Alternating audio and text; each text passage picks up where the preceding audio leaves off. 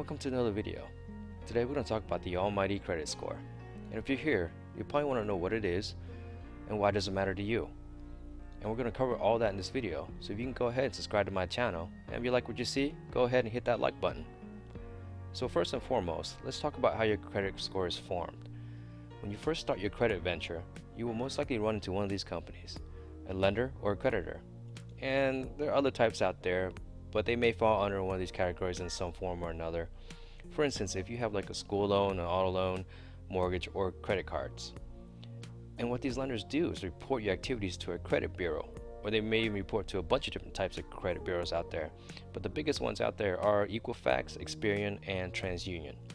And these bureaus gather up all your information from all these different lenders to create a credit report. And then based on that report, they will use a scoring model to create a credit score. And since each company's scoring model is different, you may see different scores depending which company you're looking at. So another way of looking at it is, imagine these lenders were teachers for different subjects like math, science, English, and so forth. And these teachers report your grades to the school, which is the bureau, and the school collects all your grades from all the teachers to create a report card, which is your credit report. And then they use that report card to form your GPA, which is your credit score. The higher score you have, the more schools you get accepted to. And this works almost the same way when applying for a loan or a credit card. The higher your score, the higher chances you get approved. Alright, so now you know where your score comes from. The first thing you want to do is get your credit report. You are entitled to a free copy of your credit report every 12 months from the 3 nationwide credit reporting companies, which you can get from the annualcreditreport.com, which is the only website authorized by the Federal Trade Commission for free credit reports. And I utilize my credit to do so many things, so it really helps me keep tabs on what accounts that I've been opening and closing. And identity theft is a huge concern. It could really do some severe damage on your credit, so you really want to keep tabs on that also. Once you get your credit report, the first thing you want to do is go through the report and see if anything looks off. Like if there is some kind of loan or a credit line open that you didn't authorize. And if there is something suspicious on there, you want to dispute it as soon as possible. And depending on what it is, it could be easily removed from your report, but it may take some time for it to no longer show on your report. So your report looks fine, and you don't see anything unusual, but you don't see your score. Even though the annual credit report is authorized by the Federal Trade Commission, it doesn't necessarily mean that they're the ones issuing the score. So how do you get it? If you already have a reputable credit card, then the chances are they will provide you with a credit score from one of the bureaus, or maybe in all 3 of the bureaus, because they use that same metric to measure you when you're applying for their services. So they're just letting you see your own score for using their services. I also recommend trying out these free websites that give you pretty good estimate of your score with tons of other features, such as the credit.com, creditkarma.com, and creditsesame.com.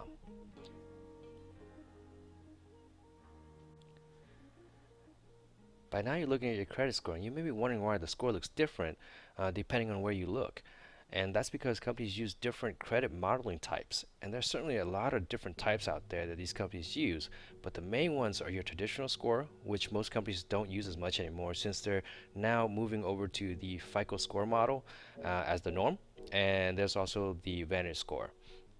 Another reason why your score looks different is depending on when the score gets updated, either from the lender, the bureau, or the score services. Typically it may take several weeks for your score to stabilize. I had one letter that didn't update for a month, and it didn't stabilize across my credit scores until 3 weeks later. Well, what's the difference? And to be honest with you, there are some differences, but the way the model measures you is based on a common concept. So if you're responsible with your credit, all your scores will increase regardless of which score model you look at. But at the same time, if you're not responsible, then guess what? Your score is going to drop dramatically all across the board. Alright, so let's take a look at the score ranges. And we're going to focus on the FICO model since it's the one that's most widely used. Typically the range of score is between 300 to 850, 300 being the lowest and 850 being the highest. So if you take a look at the screen, you should see the ranges, and the score ranges are broken up into 5 parts ranging from poor to excellent. You want to stay or at least try your best to be in the 800 plus range, because this is where you have the highest chance of getting approved for anything you apply for, and this is also where you're going to get the best deals from lenders, like the 0% interest rate for an auto loan from certain dealerships.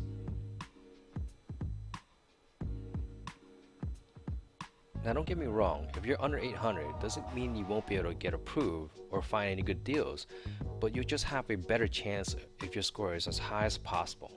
In my opinion, you can pretty much, get away and do pretty well for yourself if you have at least 700 or higher. But anything below that, you really shouldn't be worried about applying for anything. You should be worried about paying off your debt and getting your score up as high as possible.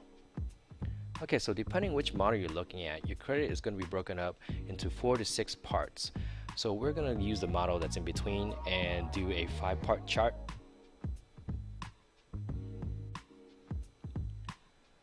So taking a look at the chart here, we can see that the most important factor is the payment history, which makes up for 35% of your credit, and is by far the most impactful factor of your credit. Lenders want to make sure that you are making payments on time, every time, because if you couldn't make the payments in the past, you may not be able to pay them if they extend some credit to you.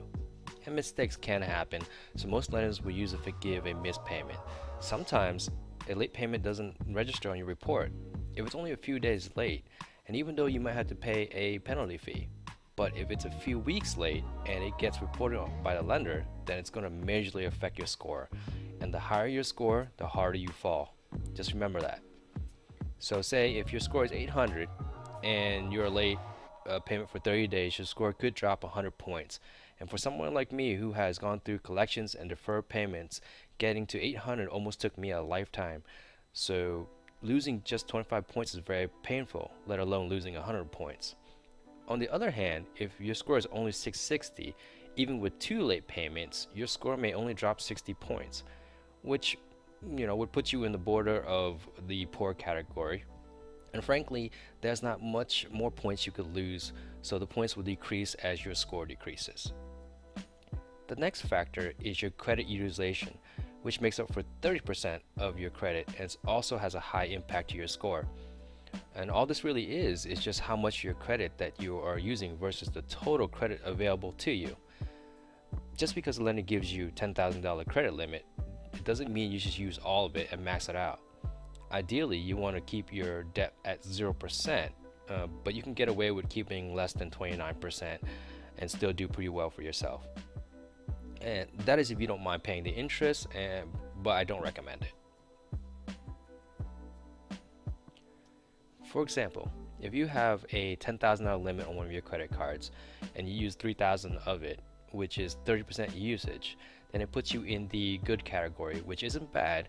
But if you open up another credit card with another $10,000 limit, which gives you a total available credit of $20,000, and you spend the exact same $3,000, then it puts you in the 15% utilization of your total available credit, which puts you in the very good category. Initially, you may take a slight decrease in your credit score by opening an account, but within 1 or 2 months, this will really help improve your score.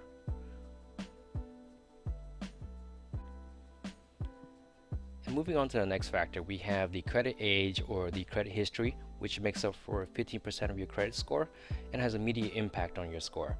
And this factor measures how established your credit is over the years. And there's not much you can do here but just to wait. The longer you keep your account open, the better your age or history is going to look. So if you keep your account open for over 2 years, then your credit will automatically move up. As long as you keep it open, keep in mind that this only calculates the accounts that are active, not the accounts that you have already closed.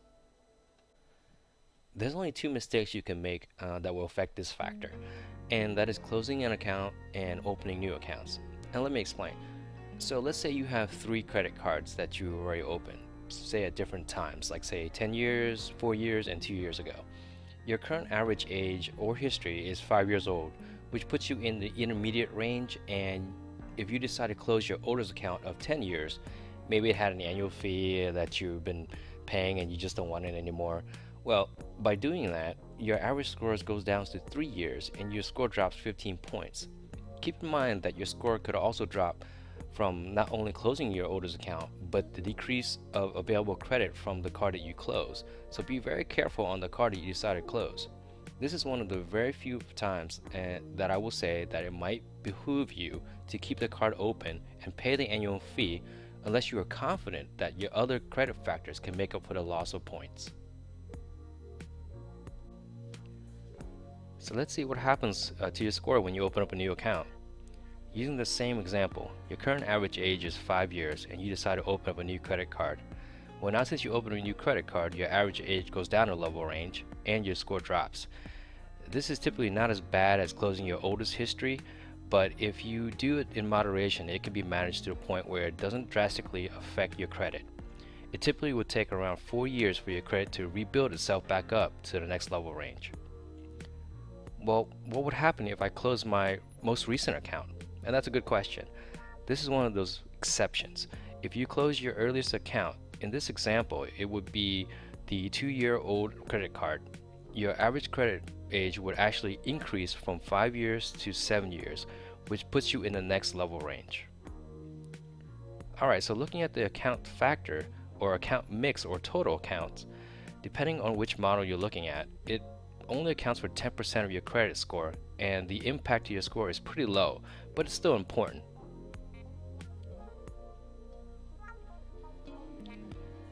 Lenders like to see a mix of different types of accounts on your report, like auto loans, school loans, credit cards, mortgages, and so forth. You don't necessarily need to have different account mixes either. You can have 11 different credit cards and it'll work. And the accounts doesn't even need to stay active. So basically, as long as you open up over 10 accounts, you'll be in the green. Last but not least, the increase or new credit, which also has a low impact on your score and only makes up for 10% of your total credit makeup. Every time you apply for a line of credit, most likely the lender will want to run your credit through the system to see if you are worthy to extend credit to, and every time a lender does this, it counts as an attempt to get credit. I say attempt because if they run your credit, and it doesn't mean that they'll approve your line of credit, but since the credit check has already been done, it still registers on your credit report. So you definitely want to make sure that you have a good chance of being approved for what you're applying for before actually applying for it. So don't go around and applying for random credit lines and getting your credit checked from different lenders. Remember, every time you go to a lender to apply for credit, the lesser your chances of actually getting approved because your credit score is taking a hit with every lender. So if you go into the first lender and they decline you, then you go to the next lender, you'll notice that your score is 5 points lower, and then you'll try again and now your score is even lower, which then makes your chances of getting the application a lot less. So these inquiries typically stay in your report for 2 years, but each inquiry only directly affects your score for a year. So after a year, yeah, the inquiry still shows up on your report, but doesn't directly affect your score anymore. Although this may affect your chances of getting approved if your score is borderline of being considered good or lower. And since this factor doesn't affect my score too much, I'm okay with keeping a rotating balance of 4 inquiries a year. So no more than that. But if your credit needs work, then you shouldn't apply for more than 1 new line of credit a year. And that pretty much sums up our credit and credit score. There's one thing I want to point out, and I don't know if you noticed it yet, but each of these factors are linked to each other in one way or another. So changing one part of your credit could impact your score negatively or positively. I want you to be mindful if you decide to close an account. Be sure to check if the closing account will affect your overall utilization or credit age. Or maybe you want to apply for a new credit card, then make sure you don't already have too many inquiries and see if it will affect your average credit age. And you still may be saying, I have the money to pay for it, why would I need credit? And that's a very valid point. It shows that you're a responsible person who is able to do that, but not everyone may be in the same situation as you, and everyone has different needs. And because you're a responsible person, it makes it even more worthwhile for you to leverage your credit to help boost your finances even further. So why is credit important? It may affect your ability to find a job. Some jobs, especially professional careers, will look at your credit report as a factor when deciding to hire you or not. If you can't take care of your personal finances, how can they expect you to be responsible with their multi-million-dollar assets? Granted, this is not always true, but it is a valid reason.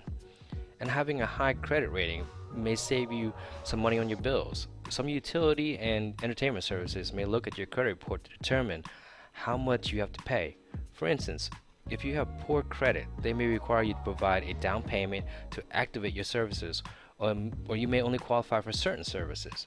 On the other hand, if you have great credit, you won't have to put down a down payment and you may qualify for better services for a discounted rate.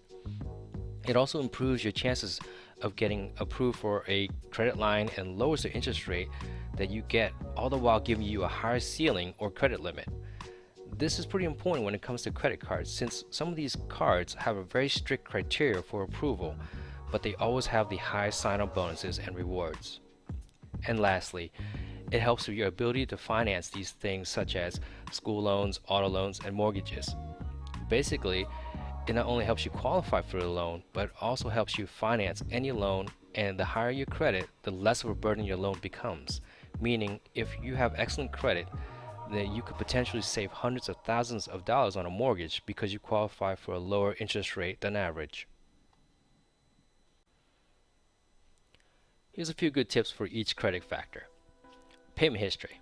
Always pay on time. I can't stress this one enough, and if you can't pay, then try your best not to put off paying for it for too long, because the longer you wait, the more negative impact it does on your credit. Credit utilization. Keep your overall utilization under 30% at all times. I know it may seem tempting to go and spend godly amounts on your credit card, but you may have regretting it later. I personally like to keep my utilization at 0%, but the most I would even go is 10%. Credit age. Try not to close your oldest credit line unless your credit is established enough that even if you do close it, it won't affect your score. I remember my first credit card had an annual fee, and as much as I wanted to close that account, I had to keep it open since I was planning on getting a mortgage for a house. I knew that closing it would drop my score like 30 points and I wouldn't get the best interest rate. But after my credit was established, I immediately closed that account. Account mix. Not much to say here, just open up 11 lines of credit and then manage them properly. I'm not too sure if this is a myth or not, but some people have reported that having a mix of auto loan, credit cards, school loans, and mortgages makes a difference. I can somewhat agree with this for your overall credit score limit to go above 800 score, but as far as the factor itself, I do not see the difference. Inquiries. Don't just go around and open up random credit lines. Try not to open up too many credit lines in a short period of time. Plan ahead and limit yourself to how many credit lines you should open and how often you should open these based on your credit portfolio. I know this might seem to be a lot to take in all at once, so feel free to rewatch this video if you need a refresher. But the bottom line is, if you're responsible with your credit and use it within moderation, your credit portfolio will continue to grow along with your score. Anyway, if you like this video, go ahead and throw me a like and subscribe to my channel. I'll be making a video on tips on how to increase your credit score, so don't forget to hit that notification bell. And as always, thanks for watching, and I'll see you in the next video.